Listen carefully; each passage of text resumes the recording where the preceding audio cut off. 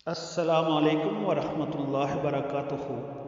प्यारे दोस्तों, आज मैं आपको एक कुदरती तरीके से टाइमिंग में इजाफा करने का सबसे महफूज तरीका, जो कि 100% आजमूदा है, लाजवाल नुस्खाजात और कुश्ताजात ढूंढने के बजाय सिर्फ एक मरतबा ये सादा तरीका आजमा कर देखें। लीजिए, मर्दाना ताकत में इजाफे की 100% गारंटी का नुस्खा आपकी खिदमत में हाजिर है।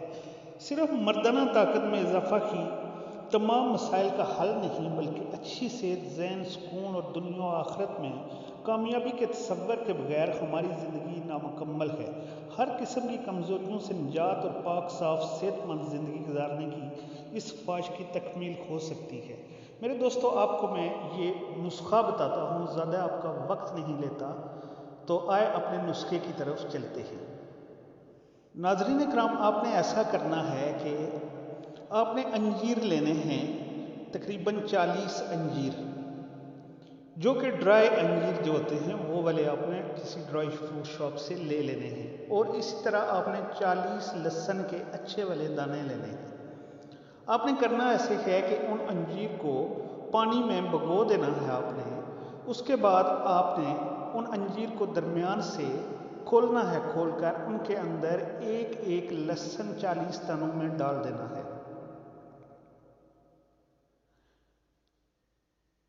एक एक लहसुन 40 दानों के अंदर अच्छी तरह डाल देना है। उसके बाद आपने उनको रख देना है तकरीबन 1 घंटा के लिए।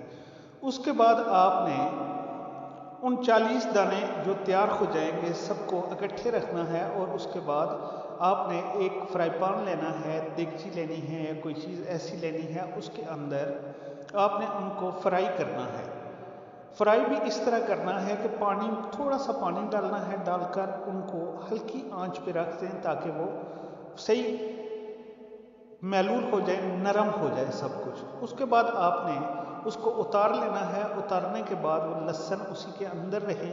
और उतारने के बाद आपने उसके अंदर जैतून का तेल मिक्स करना है, अच्छा जैतून का तेल मिक्स करके उस सब को आपने मैलूल बना लेना है। किसी चम्मच से बना लें या ग्राइंडर में डालकर बना लें, जिस तरह भी बना लें आप, मैलूल बना लेना है। लेकिन ये आपने कोशिश करनी है कि वो पका हुआ हो, लहसुन और अंजीर दोनों पके होने चाहिए पानी के अंदर।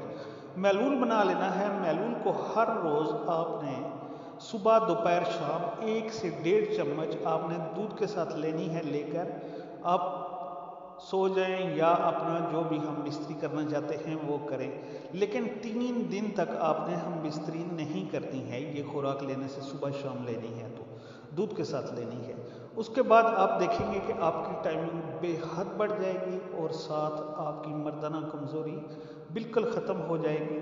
इंजाल का सिस्टम भी ख़त्म हो जाएगा, मर्दाना पावर अच्छी आ जाएगी और आपको ज़हनी सुकून भी आ जाएगा।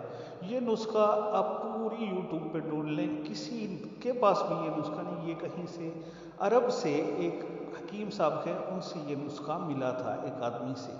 तो ये मैंने सोचा कि मैं आप तक शेयर कर दूँ।